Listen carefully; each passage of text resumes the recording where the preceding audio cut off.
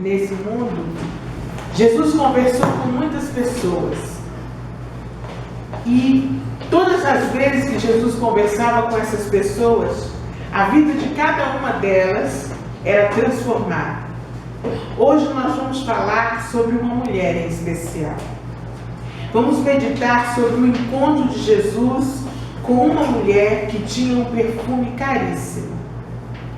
Esse episódio é narrado nos 4 evangelhos, mas nós vamos ler o texto que se encontra no Evangelho de Mateus, capítulo 26, versículos 6 a 13, e diz assim: Estando Jesus em Betânia, em casa de Simão, o leproso, aproximou-se dele uma mulher que trazia um vaso de alabastro cheio de bálsamo precioso, e lhe derramou sobre a cabeça, estando ele reclinado à mesa. Quando os discípulos viram isso, indignaram-se e disseram: Para que este desperdício? Pois este bálsamo poderia ser vendido por muito dinheiro que se daria aos pobres. Jesus, porém, percebendo isso, disse-lhes: Por que molestais esta mulher? Pois praticou uma boa ação para comigo. Porquanto pobres sempre os tendes convosco, a mim, porém, nem sempre me tendes. Ora, derramando ela este bálsamo sobre o meu corpo, fê-lo a fim de preparar-me para a minha sepultura. Em verdade vos digo que onde quer que for pregado em todo o mundo este evangelho, também o que ela fez será contado para a memória sua. Betânia era uma vila pobre que fica a cerca de 3 quilômetros de Jerusalém, a caminho para Jericó. Provavelmente ficava no lado leste do Monte das Oliveiras, aos pés do Monte das Oliveiras. Era em Betânia que João Batista batizava, está lá em João 1:28. Várias vezes, quando ia a Jerusalém, Jesus ficou hospedado em Betânia.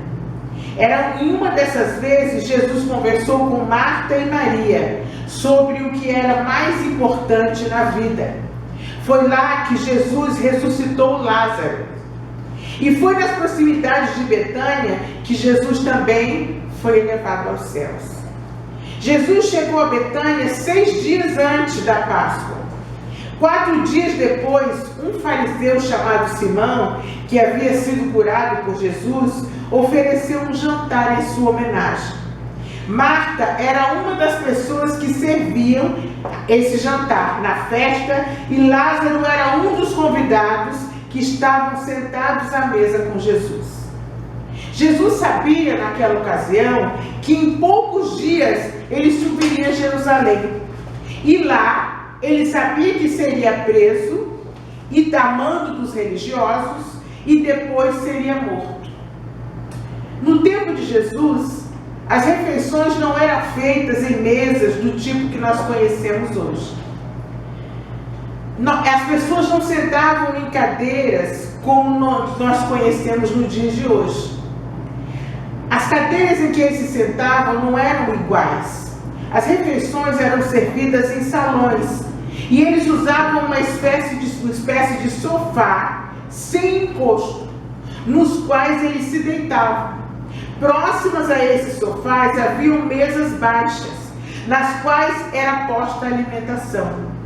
Até hoje, no norte da África e em países do Oriente Médio, você ainda come em mesas baixas, você senta no chão em alguns países e a mesa é baixa. Então você senta e se serve ali. Quem estivesse servindo as mesas circulava por trás dos sofás em que os convidados estavam. O convidado de honra deitava-se próximo ao anfitrião. Foi então que apareceu uma mulher chamada Maria. O apóstolo João diz que ela era irmã de Marta e Lázaro. Lucas afirma que ela aproximou-se por trás de Jesus e parou aos pés dele e começou a chorar. Maria levava consigo um frasco feito de alabastro. O alabastro é uma espécie de pedra de calcário macia e de grande valor, que era usada no Antigo Oriente para produzir pequenos frascos de perfume. Maria levava consigo um frasco onde cabia cerca de 1 libra de perfume, aproximadamente 360 gramas. O frasco era tão bonito e tão caro que todos notaram a beleza do frasco e quando ela se aproximou de Jesus. Dentro daquele frasco havia um bálsamo precioso, nardo puro. O nardo era retirado de uma planta aromática com a qual se fazia perfume. Essa planta cresce no Himalaia, entre 3.300 e 5.100 metros de altitude. Daí o preço exorbitante dos perfumes com essência de nardo. Maria levava consigo um frasco de nardo puro. Os discípulos avaliaram o perfume em cerca de 300 denários, hoje algo em torno de 3.800 a 4.000 reais nos nossos dias. Imagine um perfume de 4.000 reais, não é? A gente compra um perfume de 100 dólares, 200 dólares, e é uma fortuna, né? Imagine um perfume de 3.800 a 4.000 reais. É realmente uma fortuna. Ainda chorando, Maria quebrou o lacre do perfume e derramou o perfume sobre os pés e a cabeça de Jesus, misturando o perfume às suas próprias lágrimas. O Senhor não a impediu, nem tampouco a repreendeu. A sua morte estava muito próxima e ele considerou aquele ato de Maria como uma boa ação. Maria estava preparando o corpo de Jesus para o seu sepultamento. Mas acontece que as reações foram diferentes. As reações foram imediatas. Lucas diz que Simão, o anfitrião, um religioso cheio de preconceito acerca de Maria, duvidou que Jesus fosse profeta, porque ele disse assim: mas ao ver isso, o fariseu que convidara Jesus falava consigo dizendo: se este homem fosse profeta, saberia quem e de que qualidade é essa mulher que o toca, pois é uma pecadora. Está lá em Lucas 7,39. Simão achava que apenas as pessoas de muito boa reputação poderiam aproximar-se do mestre. Para ele era inconcebível que Jesus, o Messias, tivesse contato com pecadores, ainda mais da qualidade de Maria.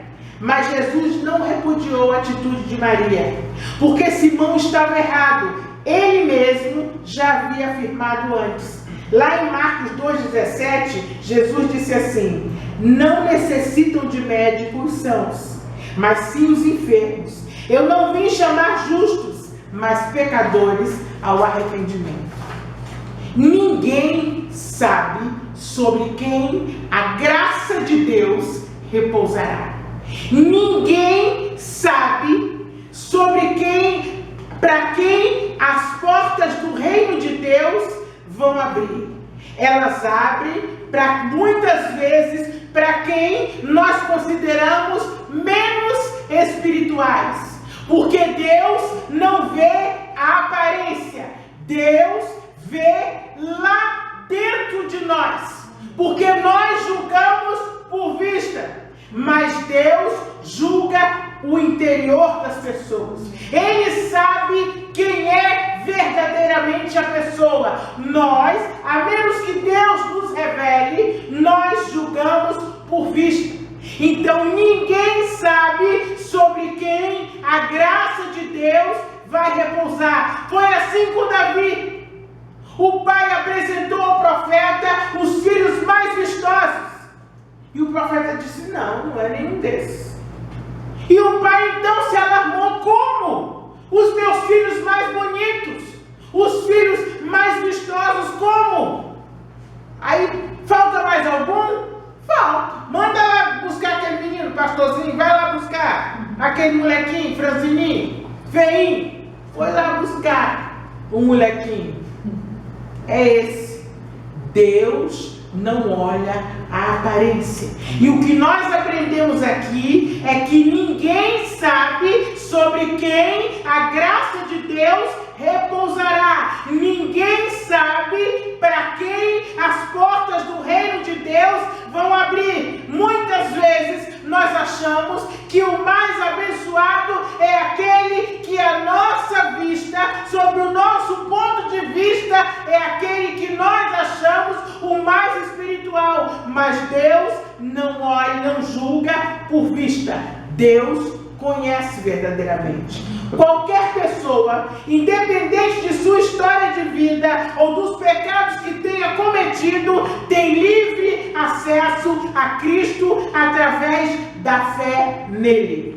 Qualquer um que fizer como Maria e colocar-se aos pés de Jesus, chorando diante dele, arrependido por seus pecados, será acolhido pelo Senhor. Não permita que o diabo te acuse e diga que você não tem mais acesso a ele, porque é mentira. A Bíblia diz que o cair é do homem e o levantar é de Deus. A Bíblia diz que 6 vezes cairá o homem e na sétima Deus o levantará. Amém.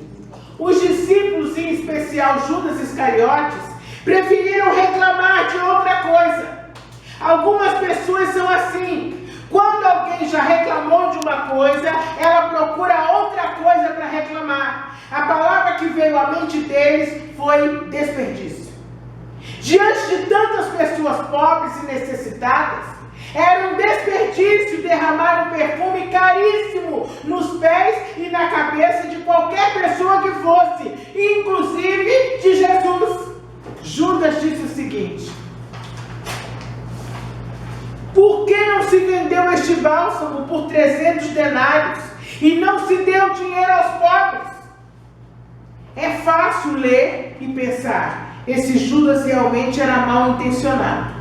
O apóstolo João afirma que as intenções de Judas eram realmente escusas.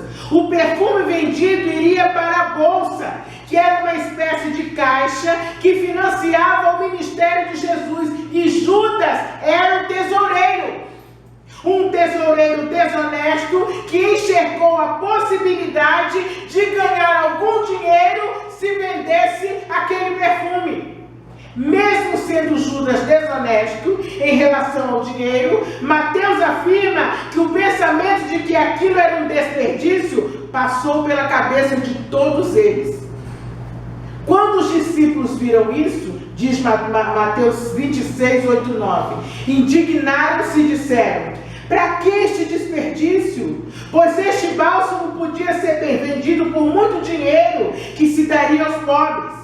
Enquanto Maria considerou que valia a pena desfazer-se daquele precioso perfume, para com isso demonstrar o seu amor por Jesus, os discípulos que andavam com ele todos os dias, que desfrutavam da companhia dele, que viram Jesus fazer tantos milagres, acharam que era um desperdício. E eles viram isso, no mínimo, má administração de recursos. Para quê? Perguntaram os discípulos. Por quê? Perguntou Judas. Toda pergunta precisa de resposta.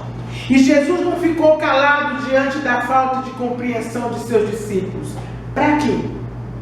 Os discípulos ainda não haviam compreendido que o reino de Cristo não era desse mundo.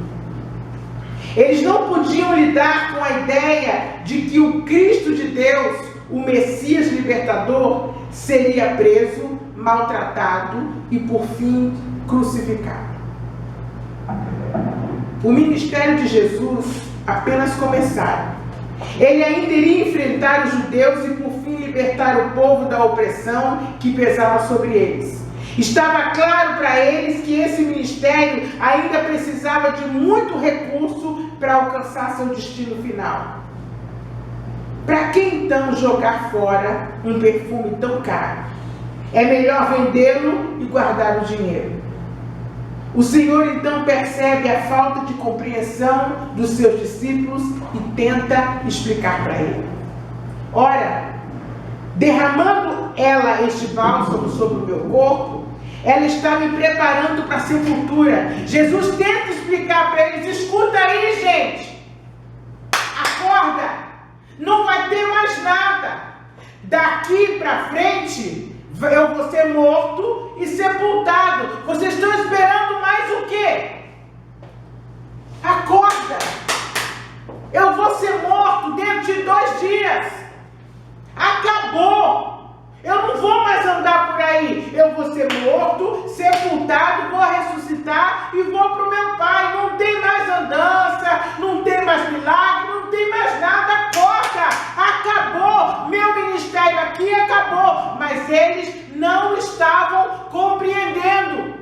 O nosso problema é que nós vivemos sempre com os olhos nesse mundo. E Jesus tenta dizer para a gente todos os dias: o meu reino não é desse mundo. Mas nós continuamos vivendo como se nós fôssemos passar o resto da eternidade nesse mundo. E Jesus está dizendo para você hoje: o meu reino não é desse mundo. Acorda! Dentro de poucos dias, acabou tudo. Acorda! Não é desperdício, afirmou Jesus. Ela está preparando o meu corpo. Isso que vocês estão considerando jogar fora, na verdade, é o que mais acertado poderia ser feito. Deus nos concede recursos dos mais diversos: dinheiro, bens, disposição para trabalhar, saúde, relacionamentos, habilidade para ensinar, inteligência, criatividade, capacidade para empreender, conhecimento e tantos outros. Jesus tenta explicar que só há 2 maneiras de usar o que nós temos recebido dele: dentro do reino ou fora do reino. Jesus está tentando explicar isso para eles. Só há 2 formas de usar: dentro do reino e fora do reino. E está tentando dizer para eles: acorda, acabou. Por que vocês estão tentando angariar dinheiro? Acabou. O ministério terreno acabou.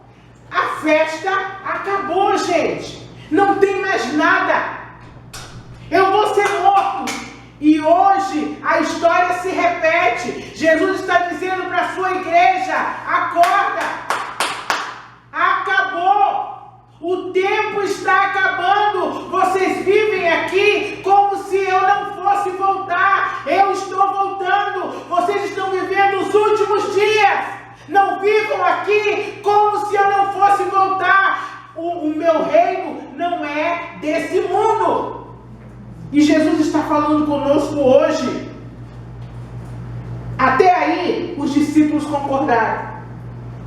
Eles até estavam pensando em vender o perfume e comprar uns exemplares da Torá em uma linguagem mais popular para distribuir na periferia de Jerusalém. Mas o que Jesus queria explicar era que esse não era um projeto do Pai.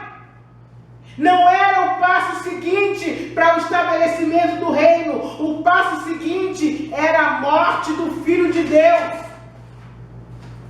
Não somos as pessoas confiáveis para decidir por nós mesmos o destino dos bens que o Senhor nos deu por empréstimo, a não ser que estejamos sintonizados com o mover de Deus e com o desenrolar do avanço do seu reino. Precisamos da direção dele. Por mais bem intencionados que nós sejamos, eu vou comprar 1000 Bíblias e vou sair por aí. Eu vou fazer isso, vou fazer aquilo. Procure a direção de Deus. Procure perguntar a Ele, porque talvez o próximo passo não seja esse. Talvez o próximo passo seja você falar de Jesus a quem Ele mandar, porque Ele está voltando. Jesus está sendo muito claro aqui para nós hoje. Ei, acorda! Não tem tempo de vender mais nada. Não tem tempo de transformar transformar dinheiro em mais nada. Daqui a 2 dias eu vou morrer, meu ministério na terra acabou. Jesus está dizendo para nós, dentro de poucos dias eu vou voltar. Vocês não vão ficar aqui.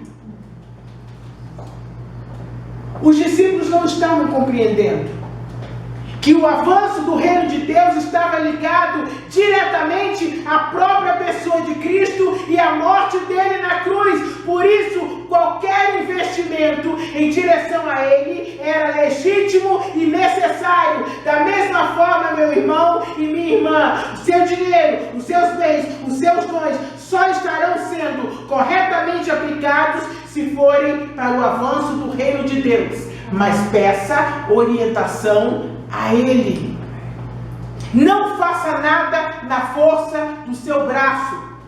Os discípulos tinham seus próprios caminhos para um reino que era mais deles do que de Cristo. Na cabeça de alguns, isso passava inclusive por lugares de honra e poder, uma à direita e outra à esquerda, mas esses não eram os caminhos de Cristo. Enquanto eles discutiam, quem vai sentar à sua direita? Quem vai sentar à sua esquerda? Jesus dizia, acorda, eu vou morrer, acabou, eu vou ressuscitar e vou para o Pai.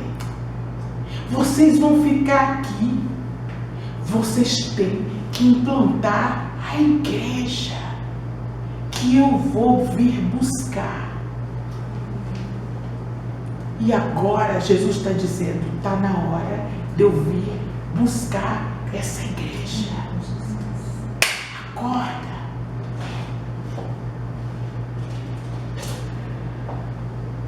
Você tem caminhos próprios para chegar ao reino? Você tem aplicado neles a sua própria vida e os seus bens? Pode ser que você se surpreenda, mas não vale apostar nada que esteja fora do caminho de Deus para o estabelecimento do reino dele. Por quê? Por que? Perguntou Judas. Por que não se vendeu esse perfume? A pergunta poderia ser feita a Maria. Por que você não vendeu esse perfume? Maria, será que você está batendo bem da cabeça, Maria? Maria, por que você insiste em aplicar seu dinheiro nessa igreja? Por que você continua gastando seu tempo nessas reuniões? Será que você perdeu a noção do que é ser sensato? Eram perguntas com motivações escusas. O Senhor então protegeu Maria e explicou aos seus acusadores em forma de parábola. E respondendo Jesus, disse: Simão, tenho uma coisa a dizer-te. Disse a mestre: certo credor tinha 2 devedores. Um lhe devia 500 denários e outro 50. Não tendo eles com que pagar, perdoou ambos. Qual deles, pois, amará mais seu credor? Respondeu Simão: suponho que aquele é quem mais perdoou. Replicou-lhe Jesus: julgaste bem. E voltando-se para a mulher, disse a Simão: vês tu esta mulher? Entrei em tua casa, Simão. Tu não me deste água para os pés, mas esta mulher, com suas lágrimas, regou meus pés com seus cabelos e os enxugou. Tu não me deste ósculo, ela, porém, me deu ósculo desde que entrei, e ela não tem cessado de beijar meus pés. Tu, Simão, não me ungiste a cabeça com óleo, mas esta mulher está me ungindo com bálsamo nos pés. Por isso eu te digo, Simão, perdoados são os pecados dessa mulher, mais do que de muitos, porque ela muito me amou. Mas aquele a quem pouco se perdoa, pouco ama. E disse a ela: mulher, perdoados são os teus pecados. Jesus mais uma vez diz que a gente não tem conhecimento, a gente julga por aparência, mas ele conhece o coração. Ele sabe quem é quem. Maria quebrou um vaso de alabastro com nardo puro e derramou sobre os pés e a cabeça do Senhor. Aquele homem que estava recebendo a Jesus estava se achando. Eu estou aqui, vou ter um galardão enorme. Abri minha casa, preparei um banquete, eu estou podendo. Olha eu recebendo o Senhor. Quando a mulher entrou, ele discriminou a mulher. E ainda repreendeu, porque ainda achou que Jesus não era profeta, porque achou que Jesus não sabia quem era a mulher. Mas Jesus, que vê tudo, olha como ele respondeu, com uma parábola.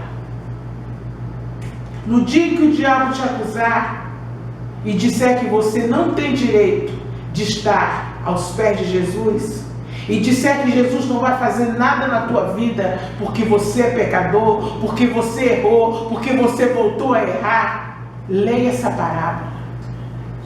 Leia essa parábola. Ela está lá em Lucas 7, 40 a 48. É isso que Jesus está falando para você hoje. Você e eu sabemos de onde Ele nos tirou. Você e eu sabemos o quanto Ele nos perdoou e o quanto Ele nos perdoa todos os dias. Nós não podemos bater no peito e dizer, eu não peco, eu não erro. Nunca podemos fazer isso. Nós somos como aquela mulher. Todos os dias nós temos que quebrar o que tem de mais caro nas nossas casas e lavar os pés dele todos os dias das nossas vidas. Porque nós sabemos que todos os dias nós erramos, mas Ele nos perdoa. Nós somos como ela, muito nós erramos, por isso nós o amamos. Maria quebrou aquele vaso e alcançou o perdão do Senhor. Ela não fazia parte de nenhuma família importante de sacerdotes, nem tinha profetas em sua linhagem. Ela não era uma profunda conhecedora da Torá, nem mesmo era bem recebida nas sinagogas. Os seus pecados eram muitos, mas o perdão de Jesus era ainda maior. Por isso seu coração estava cheio de gratidão. É por isso que Ele te ama. É por isso que Ele nos perdoa. Porque nós sabemos e temos o nosso coração cheio de gratidão por Ele. É por isso nós sabemos de onde Ele nos tirou e nos tira todos os dias. Por isso, frasco de perfume caríssimo não era algo a que ela pudesse se apegar. O seu Senhor merecia muito mais.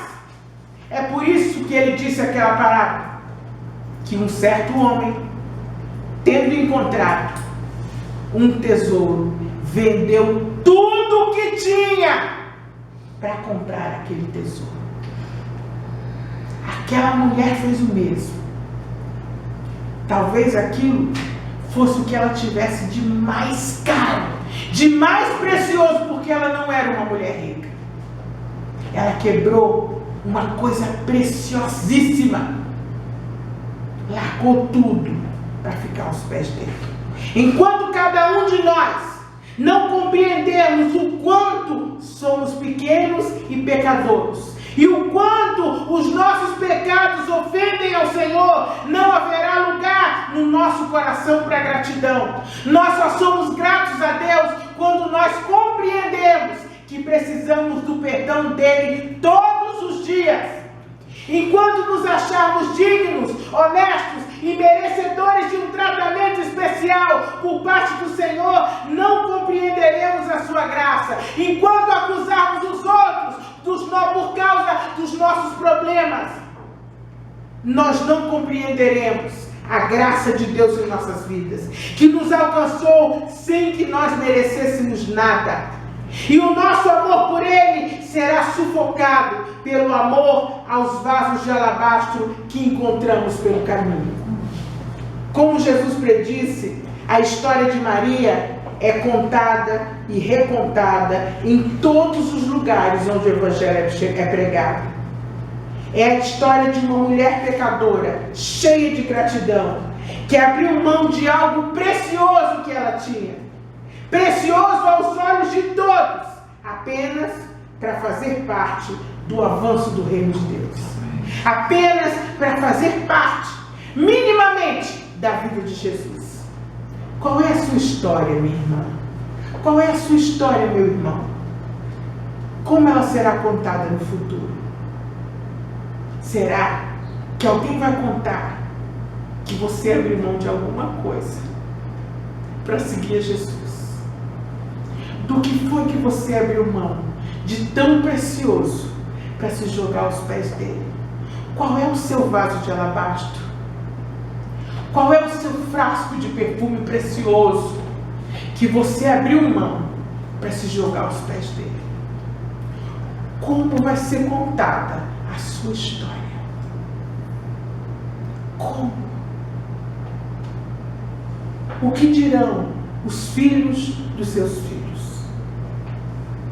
Eu oro ao Senhor para que a sua história seja como a história de Maria, que colocou o que ela tinha de mais precioso a serviço do reino de Deus. E o que eu e você temos de mais precioso é a nossa própria vida que foi dada por Ele. Os nossos dons que foram dados por Ele. Jesus, muito obrigado. Obrigada por tudo que Tu fazes por nós. Obrigada por Tua palavra. Estende a Tua mão poderosa sobre as nossas vidas e glorifica o Teu nome, Senhor. Obrigada, Jesus querido, porque a Tua palavra não volta vazia. Antes, cumpre o propósito determinado por Ti, Senhor. Estende a Tua mão sobre nós, Senhor. Nós Te agradecemos, Senhor, porque sabemos, Senhor, que Tu tens falado conosco, Senhor. Te agradecemos, Senhor, por tudo, Pai. Senhor, olha para nós com misericórdia, Senhor. Olha para nós e levanta-nos a cada dia, Senhor. Em nome de Jesus.